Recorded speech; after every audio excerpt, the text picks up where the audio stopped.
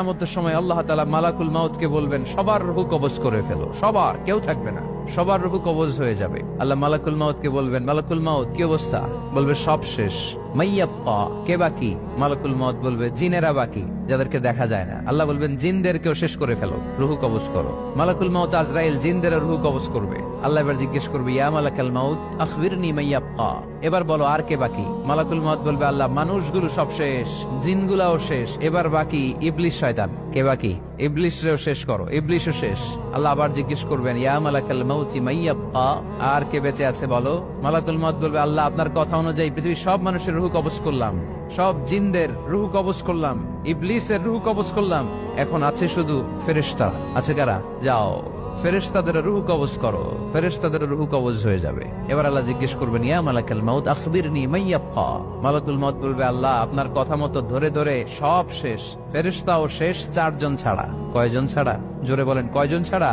ইসরাফিল, জিব্রাইল, মিকাইল, আজরাইল। আল্লাহ এই 4 জন আমরা বাকি। আল্লাহ বলবে, যাও ইযহাব ইনতালিক ইলা জিবরিল ওয়াকবাদ রূহাহ, জিব্রাইলের রূহ কবজ করো। ইযহাব ইলা ইসরাফিল ওয়াকবাদ রূহাহ, ইসরাফিলের রূহ কবজ করো। ইযহাব ইলা মিকাইল ওয়াকবাদ রূহা, রূহ কবজ করো। ওই 3 ফেরেশতাও শেষ। এবার আল্লাহ তাআলা জিজ্ঞেস করবেন, ইয়া মালাকাল মাউত আখবিরনি মাইয়াব্বা, হে মালাকুল মাউত আর কে বাকি আছে বলো?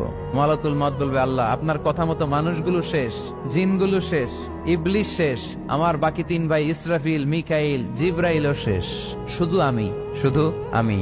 আল্লাহ বলবেন, কেউ নাই? মালাকুল মাউত বলবে, না আল্লাহ কেউ নাই। এবার আল্লাহ তাআলা বলবেন, মালাকুল মাউত তুমি তো সবাই রে মারছো, এবার তুমি মরো, এবার তুমি মরো, তুমি মরো।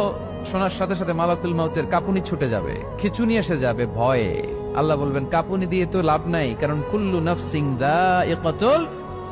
রাব্বুল আলামিন বলবেন, মালাকুল মাউত কেঁদো না, এটাই দুনিয়ার বিধান, আমি আল্লাহর দেয়া বিধান, এটাই, জন্মালেই মরতে হয়। যাও, জান্নাত জাহান্নামের মাঝখানে একটা জায়গা আছে, জায়গাটার নাম হলো আরাফ। এই আরাফের মধ্যখানে যে দাঁড়াও, ওখানে যে মালাকুল মাউত কাঁপতে থাকবে। মালাকুল মাউত বলবে, আল্লাহ সৃষ্টির শুরুতে যদি জানতাম, সৃষ্টির শুরুতে যদি জানতাম সবাইকে মৃত্যুদান করার পরে, রূহ কবজ করার পরে আমাকেও মরতে হবে, তাহলে এই কঠিন দায়িত্বের ব্যাপারে আপনার কাছে ক্ষমা চাইতাম। আজকে আমারও যে ভাগ্য বরণ করে নিতে হবে সৃষ্টির শুরুতে, আমি এটা কল্পনাই করতে পারি নাই। আল্লাহ বলবেন, নো টক, মুত ইয়া মালাকাল মাউত, মর, মরে যা, মুত, মরে যাও। বলার সাথে সাথে মালাকুল মাউত এক বিকট চিৎকার হাঁকিয়ে মরে যাবে। মালাকুল মাউতের চিৎকারটা সেদিন এত ভয়ঙ্কর হবে, বিষ্ণু ইসা ইসলাম বলেন, ওই চিৎকারের আওয়াজ যদি পৃথিবীর মানুষেরা কান দিয়ে শুনতে পেত, তাহলে কিয়ামত সংগঠিত হওয়ার জন্য আলাদা করে ইসরাফিলের সিঙ্গার প্রয়োজন হতো না। ওই চিৎকারের আওয়াজে প্রতিটা মানুষ কানের পর্দা ফেটে ওই জায়গায় লাশ হয়ে পড়ে যেত। এবার ডানে বায়ে, সামনে পেছনে, উপরে নিচে কেউ নাই, একজন ছাড়া। জোরে বলতে হবে, তিনি কে?